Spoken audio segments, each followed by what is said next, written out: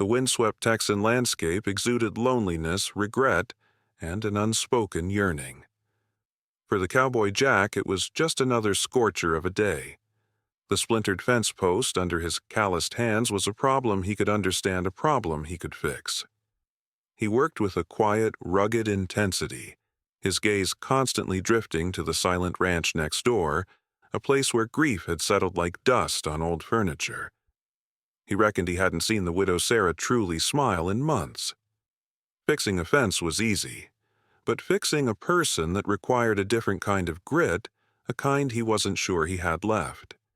His own past was a ghost that rode alongside him, a constant reminder of things he couldn't mend. That's when he heard it. A small desperate whisper carried on the wind from the widow's young son. The words were simple, yet they struck Jack with the force of a physical blow, awakening a fierce, protective instinct he thought long buried. In that instant, a silent vow was forged. And what this lone cowboy does next isn't just a love story. It's a high-stakes mission that could either save a family or shatter them forever. The sun in West Texas was a cruel god. It bleached the sky to a pale, hazy blue and baked the land until it cracked like old leather. Dust, fine as powdered bone, settled on everything. It coated the blades of the stubborn grama grass, clung to the barbed wire fences that stretched into a shimmering infinite horizon, and settled deep into the lines on Jack's face. His world was one of vast, aching space, a world painted in browns and golds, a world of silence. From his porch, Jack could see the neighboring ranch. It was too close for privacy, too far for conversation. A constant, quiet presence. He watched it the way a hawk watches a field, noting every small change. Lately, the only change was the deepening stillness, a quiet that felt heavier than the humid air before a storm. He saw the widow Sarah move through her chores. A wraith in a faded floral dress, her shoulders perpetually slumped, her steps lacking the brisk purpose he remembered. He saw the boy, Leo. A small shadow trailing his mother, his laughter gone from the wind. Jack's hands calloused and scarred from a life of wrestling with ropewood and wire clenched around his coffee mug. He remembered another silence, another woman's smile that had faded into a memory. A ghost that rode with him through the long empty days. He took a sip of the bitter black coffee. It was a familiar punishment, a taste that matched his mood. He spent the afternoon mending a fence line that bordered their properties. The rhythmic thump of the post driver was a lonely heartbeat against the ribs of the world. Thump, thump, thump. A sound he could control, a problem he could fix. He worked with a grim determination, his sweat stinging his eyes, his muscles burning with a familiar fire. It kept the thoughts at bay, most of the time, but the silence from her ranch was a living thing. It seeped across the property line, a cold fog that the Texan sun couldn't burn away. He found his gaze drifting over there more than it should. He saw Sarah hang laundry on the line, her movements mechanical. He saw Leo sitting on the porch steps, listlessly poking a stick in the dirt. A wind hot and restless kicked up from the south, carrying with it the scent of dust and distant rain. It also carried a sound, a voice small and clear. Jack froze his hand, hovering over a stray coil of wire. He tilted his head, listening. It was the boy talking to the scruffy mutt that was his constant companion. "She doesn't smile anymore." "Rusty," the voice whispered, a shard of glass in the vast emptiness. "Not since Daddy went to the stars." Jack's breath hitched. The hammer in his hand suddenly felt impossibly heavy. "She doesn't smile anymore." The words weren't meant for him, but they struck him like a physical blow.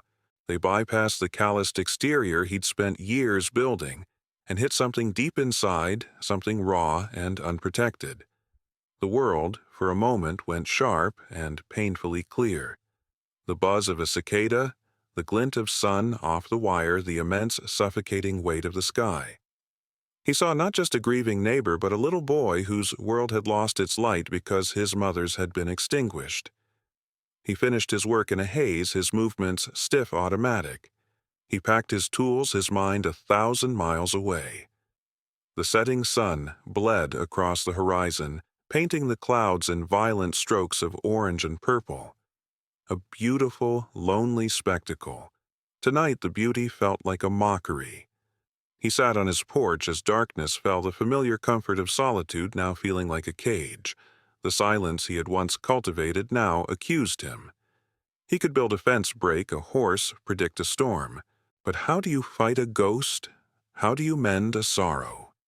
He looked across the dark expanse towards her house, a single yellow light glowing weakly in a window, a lighthouse in a sea of grief. And in the oppressive quiet of the Texan night, a decision formed. It wasn't born of logic or reason, but of a quiet, fierce instinct, a need to answer that small, whispered plea carried on the wind. He wouldn't use words. Words were clumsy, inadequate things. He had never been good with them. He would use something else, something the land offered. Before the first hint of dawn painted the eastern sky, Jack was up. He moved with a silent newfound purpose. He didn't head for the stables or the coffee pot. Instead, he walked out into the pre-dawn gloom of the pasture, his boots damp with dew. He searched along the dry creek beds and, in the shade of the gnarled mesquite trees, his eyes scanning the ground. He was looking for color in a world of brown. There, defiant against the arid soil, were the wildflowers, Indian paintbrushes, their tips a fiery red, blue bonnets like tiny patches of captured sky, delicate yellow primroses that opened their faces to the coming day. They were small, resilient miracles, survivors. He gathered them carefully, his large, rough hands surprisingly gentle. He didn't pick a neat bouquet, but a wild, chaotic spray of life. He carried them back to his porch, the colors a stark contrast to the weathered gray wood. He found an old glass jar, wiped it clean, and arranged the flowers. Under the cover of the last shadows of night, he walked across the space between their worlds. The air was cool and still. He approached her porch with the caution of a man tracking a wild animal. He placed the jar of wildflowers gently on the top step, a silent offering. A splash of impossible color in the gray morning. He retreated back into the shadows, his heart pounding a strange, unfamiliar rhythm. He didn't wait for her to find them. He didn't want thanks. He just wanted, with a desperation that surprised him, to be wrong about the silence. He wanted to prove that even in the harshest landscape, something beautiful could still find a reason to bloom. For Sarah, morning was the cruelest part of the day. Dawn didn't arrive with a gentle kiss, but as a slow, inevitable tide of light that pulled her from the temporary oblivion of sleep. It was the time she felt his absence most acutely. The empty space beside her in the bed. The silence where his soft breathing should be. Her routine was a shield, a series of numb mechanical motions to get through the first hours. Coffee, dress, wake Leo, survive. A ritual of forgetting. A prayer for the day to end. This morning, something broke the pattern. As she unlatched the front door, a sliver of weariness ready to face the pale, washed-out day, she stopped.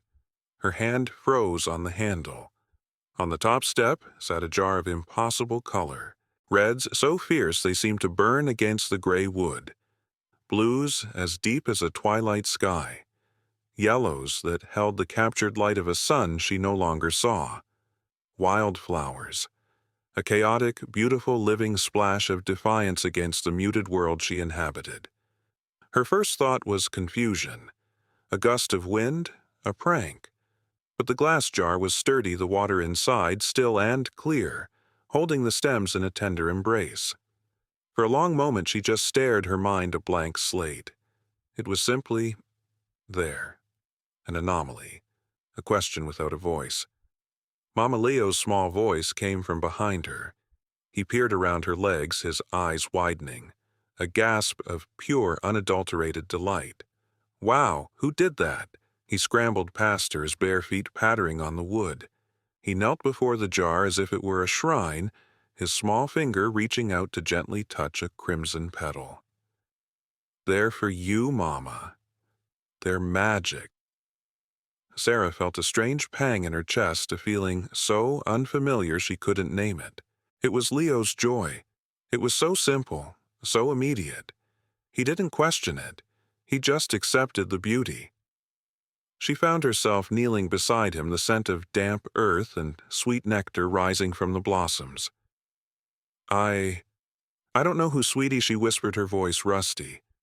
She hadn't realized how long it had been since she'd seen him this excited. The next morning, it was there again. A different jar, a different arrangement. This time with the proud, sunny faces of black-eyed Susans and the delicate purple of verbena. And the morning after that, another, a silent daily miracle. The flowers began to change the rhythm of their mornings. Leo would wake up with a whispered, "Do you think the flower fairy came?" and they would open the door together. The shared secret, this small pocket of daily magic, began to weave a fragile thread between them, pulling them out of their separate islands of grief. But for Sarah, the question grew louder.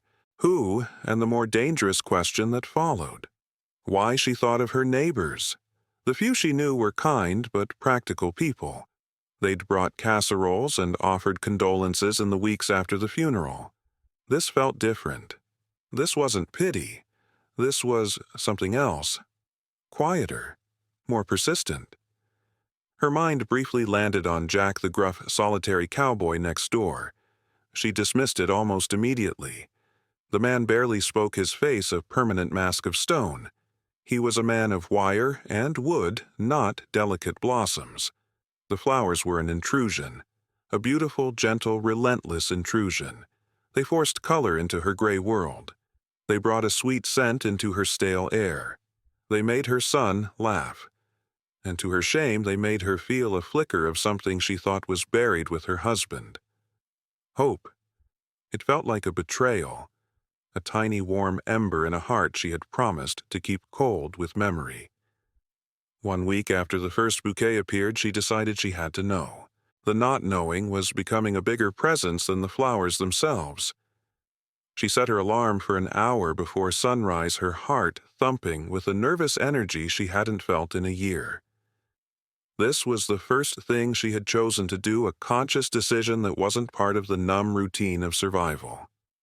She sat in the dark living room, wrapped in a quilt, peering through a gap in the curtains. The world outside was a landscape of deep blues and soft grays.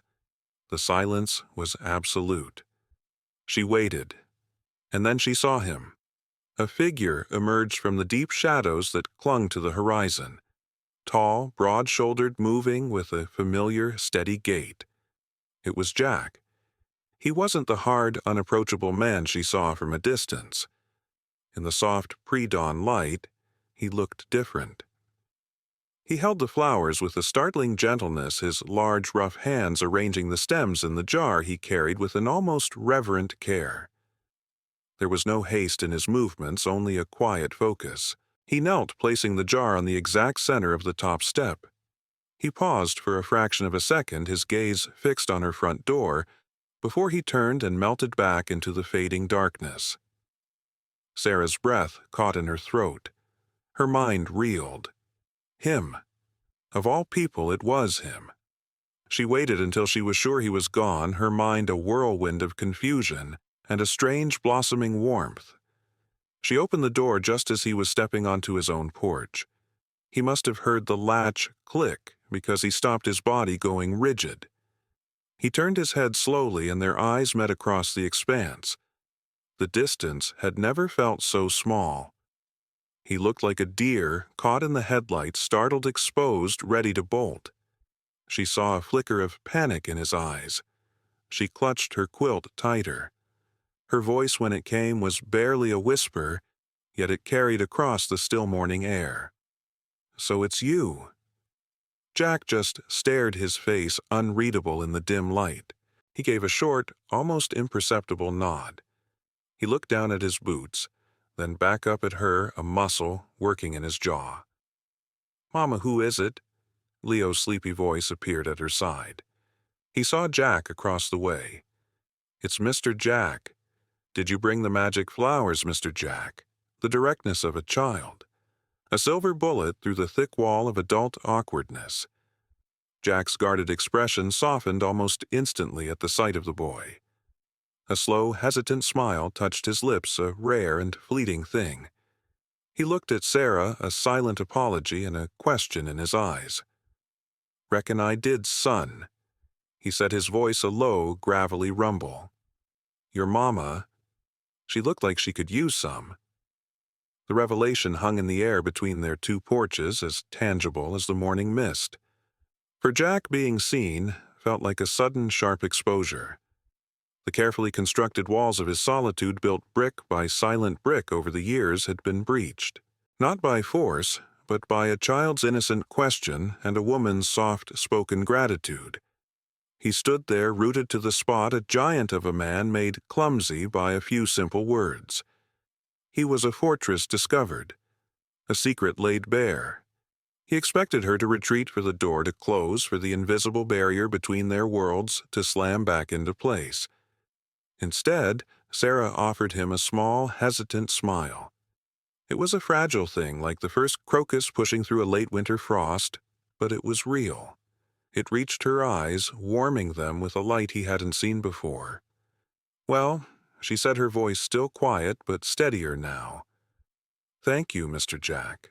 They're beautiful." Leo, oblivious to the delicate tension, waved enthusiastically. "Bye, Mr. Jack. See you later." Jack managed another nod, the gesture feeling stiff and foreign, before he turned and retreated into the safety of his own home. But the silence he returned to was different now. It was no longer just empty space. It was filled with the echo of her voice, the image of her tentative smile. The fortress felt less like a shelter and more like a prison. The next morning, he didn't leave flowers on her step. The anonymity of the act was gone, and he felt a new kind of uncertainty. What now? The answer came to him as he was mending a bridle in his barn. He could hear the faint rhythmic squeak-squeak from her property, the hinge on her front gate. It had been squeaking for months, a mournful grating sound. It was another problem he could fix. With a can of oil in one hand and a resolve that felt both terrifying and necessary, he walked over. It was the longest journey of his life, that 100-yard stretch of grass and dirt. He felt as exposed as a lone tree in an open field. Sarah was on the porch, shelling peas into a metal bowl. She looked up as he approached, a flicker of surprise in her eyes, but no fear. "Morning, Sarah," he said, the name feeling strange on his tongue. He'd only ever said it inside his own head. He gestured with the can. "Heard your gate complaining. Figured I'd shut it up." A genuine smile bloomed on her face, brighter this time. "I'd be grateful. That sound is driving me mad." He worked in silence, at first applying the oil, swinging the gate back and forth until the squeak vanished, replaced by a smooth, quiet glide. Leo came out to watch him, full of questions. "Are you a fixer?" "Mr. Jack, Mama says Daddy was a good fixer." Jack's hand stilled. He glanced at Sarah, saw a shadow pass over her face. He looked down at the boy. "I try to be, son," he said gently. "Some things are easier to fix than others." He found other things to fix. A loose board on her porch, a leaky trough in the small paddock. They became his excuses, his passports into her world. He would work, and she would often sit nearby, continuing her own chores, a quiet companionship forming between them. Their conversations started small, rooted in the soil and the weather. "Looks like we might get some rain. The north pasture's looking dry." "Leo, don't you pester Mr. Jack." But slowly, like a patient river-carving stone, the conversations deepened. He learned about her life before, about the dreams she and her husband had for the ranch. She spoke of him not with the sharp, raw pain of fresh grief, but with a soft, wistful ache. Jack never offered platitudes. He just listened, his quiet presence a sturdy wall she could lean against as she spoke. He learned that listening was its own form of mending. One hot afternoon, he was showing Leo how to carve a simple bird from a piece of soft pine wood. He sat on the porch steps, the boy nestled beside him, their heads bent together in concentration. A man's large, scarred hands guiding a boy's small, soft ones. A shared moment of creation. A quiet lesson in patience. Sarah watched them from the doorway, a dish towel forgotten in her hands. She saw the intense focus on Jack's face, the surprising delicacy in his movements. She saw the unguarded adoration in her son's eyes. He hadn't looked at anyone like that since his father. Her heart felt a painful, hopeful squeeze. This was more than fixing gates and troughs. This was the slow, careful mending of a small boy's world, and perhaps her own. "You're good with him," she said softly, stepping out onto the porch. Jack looked up, a faint flush creeping up his neck. "He's a good boy. A quick study." He handed the finished rough-hewn bird to Leo, who clutched it like treasure and ran off to make it fly. They sat in a comfortable silence for a moment, the heat of the day pressing in around them. "He misses his father terribly." Sarah said, her voice barely a whisper. "He misses having a man around, to do man things." She looked at Jack, her eyes clear and direct. "Thank you for doing man things." Jack cleared his throat suddenly, finding the grain of the wood floor intensely interesting. "Happy to help." That evening, she insisted he stay for dinner. It wasn't a casserole of condolence, but a simple meal of shared labor. Fried chicken, mashed potatoes, and the peas she'd been shelling earlier. They ate at the small kitchen table, the light from the setting sun casting long shadows through the room. Leo chattered on, filling the silences, proudly displaying his wooden bird between bites. For the first time in over a year, Sarah's kitchen was filled with the sounds of a family. The clink of forks, the low rumble of a man's voice, the bright, bubbling laughter of a child. After dinner, as Jack was getting ready to leave, Sarah walked him to the door. The wildflowers from days ago still sat on the windowsill, their colors faded, but their presence still a gentle reminder. "Jack," she began, stopping him on the porch. The air was cool now, filled with the scent of night-blooming jasmine and clean earth. "The flowers. You don't have to." He looked at her, his expression serious in the dim porch light. "I know," he said, "but I want to." He paused, gathering his words. "Maybe now we could plant some. Together." It wasn't a question about flowers. It was a question about a future, about turning a secret solitary act of kindness into a shared act of hope.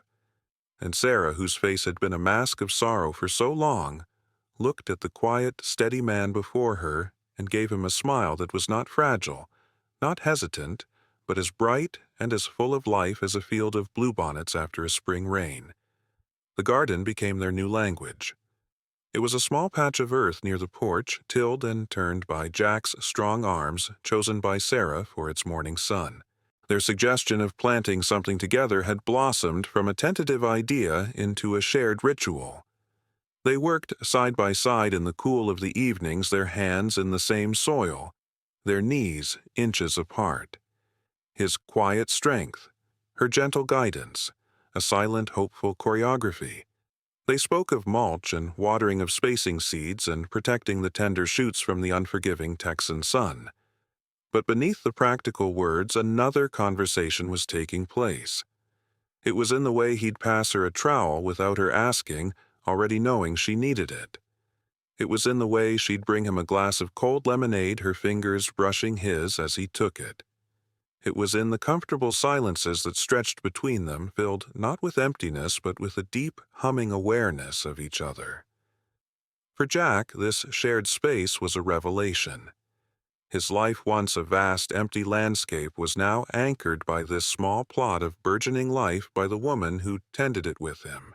He watched her as she worked a smudge of dirt on her cheek, her brow furrowed in concentration. He saw the easy way she smiled, now the way her laughter would ring out bright and clear, when Leo proudly announced he'd found a particularly fat earthworm. and Jack knew with a certainty that was both exhilarating and terrifying that he was irrevocably in love with her. But as the flowers began to take root, Sarah's old ghosts began to stir. The closer she grew to Jack, the more vivid her memories of her late husband became. Guilt, insidious as a creeping weed, began to choke the new, fragile happiness. Laughter with Jack felt like a betrayal of tears shed for another. The warmth of Jack's hand near hers felt like a treason to the hand she could no longer hold. Was she replacing him? Was a heart a thing that could be emptied and refilled so easily? The fear was a cold stone in her stomach. She began to pull away. The retreat was subtle, almost imperceptible. A slight hesitation before answering a question. A step back when he got too close. The light in her eyes would flicker and dim her smile becoming brittle. She would fall silent, her gaze lost somewhere over the horizon, and Jack knew instinctively that she was with a memory he couldn't compete with. He felt the shift, the new distance. It was a subtle frost threatening their delicate garden. One evening, as they were thinning out seedlings, he decided to breach the silence. "You're a long way away tonight, Sarah," he said gently, his voice a low rumble. He didn't look at her, keeping his focus on a tiny, struggling plant. Sarah's hands stilled in the dirt, her shoulders tensed. "Just tired," she lied. Jack continued his work for a moment before speaking again, his words measured. "I know what it's like," he said, his voice softer still, "to live with ghosts. They don't like seeing you happy with someone else." Her head snapped up, her eyes wide with surprise and a raw vulnerability. He had seen it. He had seen right through her and named the very fear that was paralyzing her. She opened her mouth to deny it, to say something, anything, but the words wouldn't come. Before she could answer, a sudden change in the air silenced them both. The wind, which had been a warm, steady breath all day, suddenly turned cold and violent. The sky to the west, a serene blue just moments before, was now a bruised, churning mass of purple and black. A storm. Not a gentle rain, but the furious, sudden violence that Texas could unleash without warning. "Get Leo inside," Jack commanded, his voice sharp, all gentleness replaced by an iron authority. He was no longer a gardener. He was a commander facing an invading army. The world erupted. The wind shrieked, tearing at the leaves, whipping Sarah's hair across her face. Rain began to fall, not in drops, but in hard driving sheets. Thunder cracked overhead, a sound so loud it seemed to split the sky. Sarah ran inside, her heart pounding, and found Leo huddled under the kitchen table. She scooped him up, murmuring reassurances she didn't feel. Through the window, she saw Jack. He was a force of nature himself, moving with a powerful, desperate urgency. He fought to secure the new heavy shutters on her windows, his body straining against the gale. He wrestled a loose sheet of tin on the barn roof that was threatening to fly off and become a deadly projectile. He was everywhere at once, a shield of muscle and grit between her fragile home and the storm's fury. A particularly violent gust of wind ripped the back door from her hand as she tried to latch it. It slammed against the house, the wood groaning. Before she could panic, Jack was there. He put his body between her and the raging storm, his hands covering hers on the splintered wood. Together, he yelled over the roar of the wind. On 3. 1. 2. 3. They threw their combined weight into it, and with a final shuddering slam, the door closed the bolt, sliding home. They stood in the sudden dim quiet of the kitchen, their chests heaving, the storm raging just outside the walls. His hands were still over hers on the door. He was so close she could feel the heat radiating from him, smell the scent of rain and earth on his skin. In the heart of the chaos, there was a moment of absolute stillness. He was her anchor. He was her shelter. He wasn't replacing the memory of a safe harbor. He was building a new one right here, right now. The storm passed as quickly as it came, leaving behind a world that was washed clean, glistening, and eerily quiet. a rainbow vibrant and perfect arched across the bruised sky. They stepped out onto the porch. The garden, their shared creation, was battered but intact. Jack had thought to throw a tarp over it in the first moments of the storm. He turned to her in the calm, clean air, his face streaked with dirt, his shirt soaked through.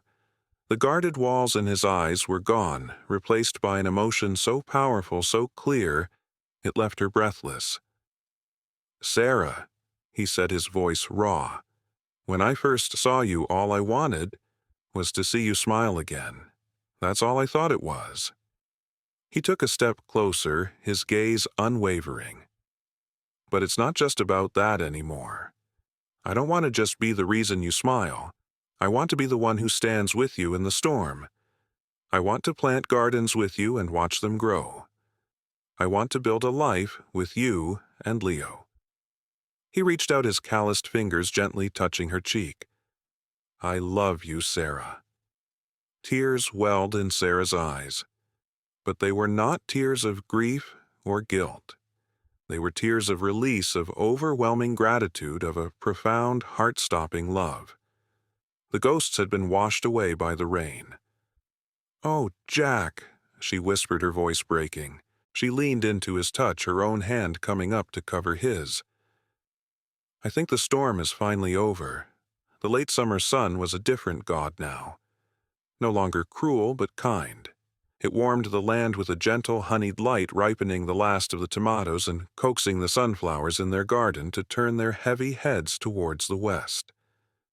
The silence that had once suffocated the two ranches was gone, replaced by the easy rhythm of a shared life. The squeak of the porch swing, the distant lowing of cattle, the bright, piercing sound of a child's laughter carried on the breeze. A world once broken was now whole. A life once monochrome was now awash in color. A house had finally become a home. One evening they sat on the porch together, a familiar ritual. The two ranches now, one sprawling seamless property, lay before them, bathed in the golden light of dusk. Jack sat on the top step, his back against a post, whittling a small, intricate horse for Leo. Sarah was beside him in the swing, her bare feet tucked beneath her, a gentle, rhythmic creak marking the time. Leo was chasing fireflies in the yard, his small body a blur of motion, his giggles like scattered chimes. There was an ease between them now, a comfortable silence that spoke of 1,000 shared conversations. He would reach for a tool, and she would already be passing it to him. She would shiver slightly as the evening cooled, and he would rise to fetch the quilt she loved, draping it over her shoulders without a word. Their love was no longer a dramatic storm or a desperate confession. It was a quiet, steady thing, as reliable as the sunset. "Look," Mama Leo yelled, running up to the porch, his hands cupped together. He opened them to reveal a single blinking firefly. "I caught a star for you." Sarah's face lit up with a smile so radiant it seemed to rival the setting sun. She leaned forward, her voice full of wonder. "Oh, it's beautiful, sweetie. You have to let it go, though. Its family will miss it."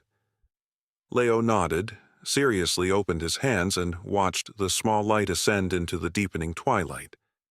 He then climbed onto Jack's lap, settling into the familiar, sturdy comfort of the man he now called Dad.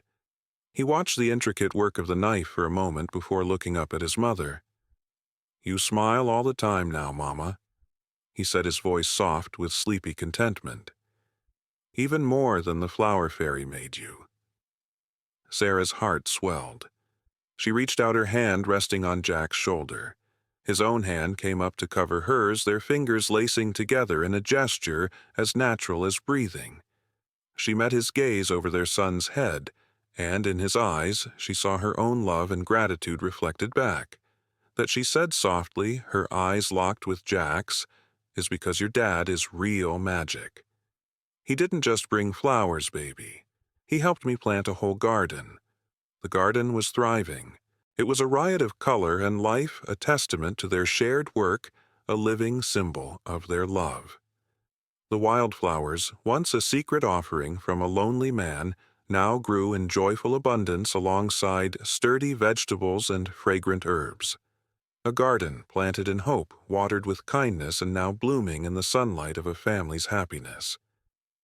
Jack leaned his head back against the post, Leo's warm weight a comforting presence, Sarah's hand a steady anchor. He looked at the vast, peaceful landscape that was their future, at the woman who was his heart, and at the boy who was his son. The ghosts were gone, replaced by the brilliant living light of the family he never thought he'd have. The silence was filled with love, and he knew with a quiet, profound certainty that he was finally truly home.